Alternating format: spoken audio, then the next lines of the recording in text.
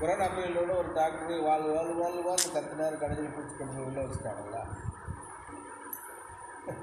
புரியுதுங்களா? சித்தா மருந்தில் குணப்படுத்தக்கூடிய இது இருக்குன்னு எவ்வளவோ சொல்லி பார்த்தாரு, பேசினார், செஞ்சார். ஏன்னா அவனை வெளியே வச்ச தன்னை பேசிக்கலாம், தூக்கி கொண்டு போய் உள்ள உட்காராங்க. இந்த மாதிரி நீங்கள் செய்கிறாங்க.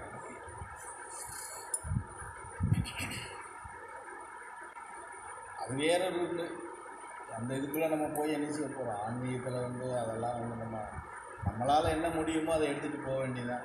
நம்பினவங்களுக்கு வழிமுறையை காட்டி கொடுக்க வேண்டியதான். தப்பிச்சுக்கிறா நைனான்னு சொல்ல வேண்டியதான். தப்பிச்சுக்கிற மக்களான்னு சொல்ல வேண்டியதான். கேட்கலையா? போய் முட்டி மோதி எங்கேயாவது போய் கிடந்து மாண்டு போங்கன்னு சொல்லிட்டு போவேன். வேற என்ன செய்ய முடியும்? அது ஒரு கோயை நமச்சிவாய் சொன்னது மாதிரி போனதாகவே இருக்கட்டும், போய் அடுத்த காரியத்தை பாருங்கிறாங்க மாதிரி அப்படி சொல்லிட்டு நம்மளும் போயிட வேண்டியதான். வேற என்ன செய்ய முடியும்? அதுக்காக இவங்க பின்னாடியே நின்று நம்ம கொடுக்கு பிடிச்சிட்டு அவன் தெரியும். அது முடியாது, சாப்பிட்டு இல்லை. நம்பிக்கையற்றவங்கள் முன்னாடி நாம் வேதம் பேசுகிறதோ ஆன்மீகம் பேசுகிறதே பெரிய பாவம். ஆமாம், பாவமே. நம்பிக்கை இல்லாதவங்கள்ட்ட போய் நீ பேசுகிறதே பாவம். நீங்கள் அதை சிறுமைப்படுத்துறது தானே. நம்பிக்கை இல்லாதவங்கள்ட்ட பேசுனா நீங்கள் ஆன்மீகத்தை சிறுமைப்படுத்துறது தான் அர்த்தம். அப்புறம் அது பாவம் தானே. புரியுது? பாவம் தான். ஏற்றுக்கிறாதவங்கள்ட்ட போய் நாம ஏன் அந்த கதையை பாடணும், சொல்லணும்? போயிட்டே இருக்க வேண்டியதான். எதுக்கு விழிப்புணர்வு?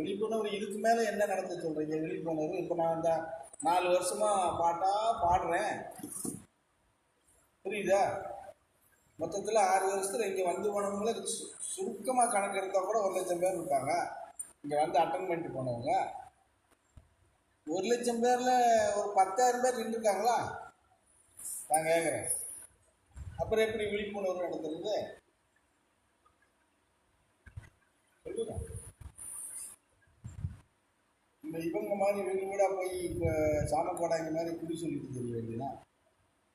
அப்போ கூட சாமக்கோடாங்க நினைச்சிட்டு எனக்கு அந்நேரம் முன்னாடியாவது சோளம் கம்பு அது இதுன்னு தானியங்க போட்டுக்கிட்டு இருந்தாங்க. எரிச்சு இப்போ போனீங்கன்னா ஒருத்தர் போட மாட்டாங்க இல்லையா?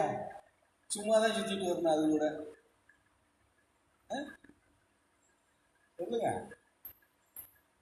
அது இருக்கிறத பொறுத்துட்டு போக வேண்டியதான் சாமி. ரொம்ப எப்படி சொல்கிறது, இந்த 21 வருஷம் முடிஞ்சிருச்சு. 22 வருஷம் வையாசி வந்தால் 22 வருஷம் முடிஞ்சிருக்கோம். என் பையனா எவ்வளோ வேத்தை பார்த்துட்டோம், எவ்வளவோ ஆசைப்பட்டோம், எவ்வளவோ அப்படி பண்ணிடலாம் இப்படி பண்ணிடலாம் அப்படி பண்ணுறது நிறுத்திடலாம்லாம் எவ்வளவோ முயற்சி பண்ணி பார்த்தாச்சு. நினச்சிக்கிட்டது தான் முடிஞ்சதை தவிர நடைமுறையில் நம்ம ஏதாவது நிற்க வச்ச பெருசாக காட்டிட்டோமா அப்படின்னா இல்லைன்னு தான் சொல்கிறேன்.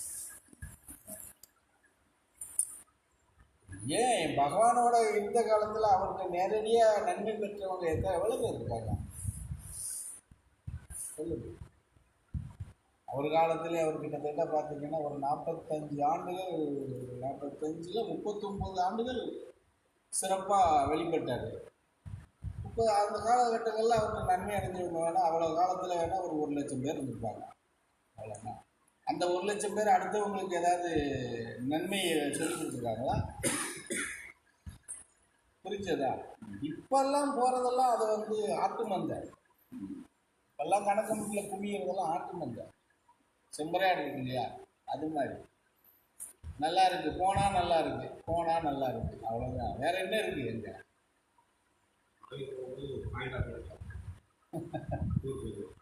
ஆமாம், டூரிஸ்ட் பிளேஸ் மாதிரி ஒரு பொண்ணை கொண்டு போயிட்டாங்க. அது டூரு போகிறவங்க எல்லாரும் அப்படி போய் ஒரு முட்டி அங்கே எங்கேயும் போய் தங்கிறதுக்கு அங்கே போல தங்கிக்கிட்டா குளிச்சுக்கிடலாம், துணிமணியெல்லாம் நல்லா வாஷ் பண்ணி போட்டுக்கிடலாம், 2 வேளை சாப்பிட்டுக்கிடலாம், நல்லா தூங்கிக்கிடலாம்னு போகிறாங்க. அதே மாதிரி பழனி பாத யாத்திரை போகிறவங்களுக்கு அது ஒரு பெரிய இன்றைக்கி ஒரு வரப்பிரசாதமாக ஆகிப்போச்சு. நிறைய அளவில் யாருக்கு கை கொடுக்குன்னா பழனி பாத யாத்திரை நல்லா கை கொடுக்கவங்களுக்கு கணக்கு முடிச்சு.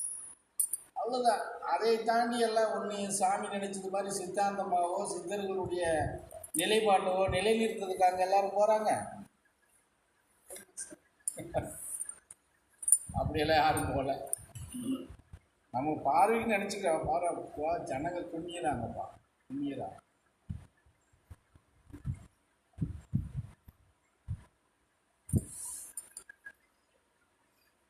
அதை தாண்டி எல்லாம் வரணும். அவர் நினைச்சது மாதிரி எல்லாம் அப்படியே சித்தாந்தம் நடத்தி அப்படியே சீர்திருத்தம் பண்ணிட்டா இருக்காங்க. இப்படி உட்கார வச்சு கணக்கு மட்டும் எடுத்துக்கிறோம். அவ்வளோ பேர் வராங்க. உட்கார வச்சு சித்தாந்த உபதேசம் அப்படியே நடத்திட்டு உட்காந்துருக்காங்க. முருகன் கோயிலில் எப்படி பூஜை நடந்துச்சோ பூஜை நடத்துகிறாங்க. பூஜையை பார்த்துட்டு சாப்பிட்றாங்க, சாப்பிட்டு தூங்குறாங்க. இங்கே இருந்து காலையில் ஒரு பூஜையை பார்க்குறாங்க, வீட்டை பார்த்து. இவ்வளோ தான். அது முருகன் கோயிலில் இன்றைக்கி கணக்கு மட்டும் ஒன்றா தான் இருக்குது. ஒன்றும் பெரிய விஷயம்லாம் ஒன்றும் கிடையாது. அதுதானே செய்கிறீங்க. என்ன பழனி மலைக்கு போனால் தங்க முடியாது இல்லையா? சாமி கும்பிட்டா கீழே கொஞ்சம் நேரம் இறங்கி வந்துடணும். இங்கேன்னா தங்கிக்கலாம் நல்லா சௌரியமா. அவ்வளோதான். அப்புறம் ஜனங்க என்ன அதை மாட்டு அப்படியே ஆன்மீகத்தில் இறங்கி ஐக்கியமாயிட போகிறாங்களா?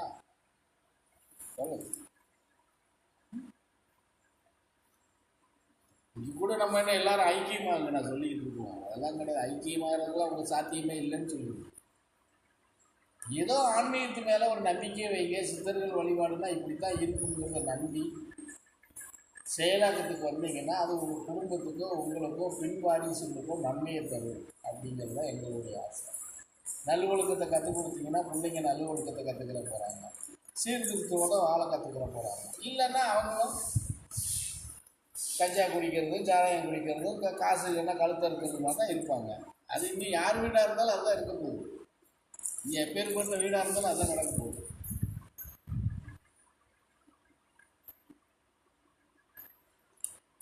இன்னும் 3 நாள் டூட்டிக்கு போயிட்டு இன்னைக்கு தான் இறங்குனீரா?